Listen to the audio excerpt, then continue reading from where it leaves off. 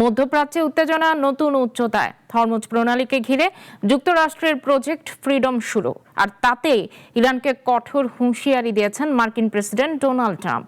পাল্টা সতর্ক অবস্থানে তেহরান। এদিকে সম্ভাব্য হামলার শঙ্কায় সংযুক্ত আরব আমিরাতে সতর্কতা জারি করেছে যুক্তরাষ্ট্র।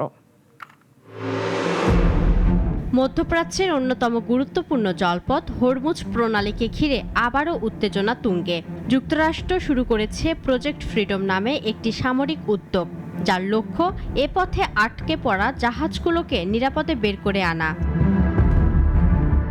মার্কিন প্রেসিডেন্ট ডোনাল্ড ট্রাম্প স্পষ্ট ভাষায় হুঁশিয়ারি দিয়েছেন, এই অভিযানে নিয়োজিত জাহাজে কোনো হামলা হলে ইরানকে পৃথিবীর বুক থেকে মুছে ফেলা হবে। তিনি দাবি করেন, যুক্তরাষ্ট্রের কাছে রয়েছে অত্যাধুনিক অস্ত্র ও বিশ্বজুড়ে বিস্তৃত সামরিক শক্তি, যা প্রয়োজনে ব্যবহার করা হবে। অন্যদিকে ইরান বলছে ভিন্ন কথা।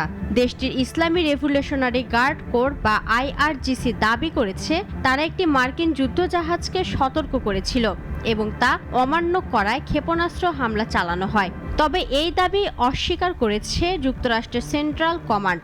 তাদের বক্তব্য, কোনো মার্কিন জাহাজে হামলার ঘটনা ঘটেনি। এই পরিস্থিতিতে কূটনৈতিক উত্তেজনাও বাড়ছে। ইরানের পররাষ্ট্রমন্ত্রী আব্বাস আরাকচি বলেছেন, রাজনৈতিক সংকটের সামরিক সমাধান নেই, বরং সংলাপের মাধ্যমেই উত্তরণ সম্ভব।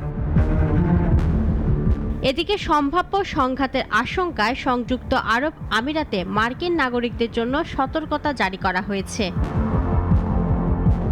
সব মিলিয়ে হরমুজ প্রণালীকে কেন্দ্র করে যুক্তরাষ্ট্র ও ইরানের এই উত্তেজনা শুধু আঞ্চলিক নয়, বৈশ্বিক নিরাপত্তার জন্যও বড় উদ্বেগের কারণ হয়ে দাঁড়িয়েছে। ইফফাত আরা মিথিলা, নাগরিক।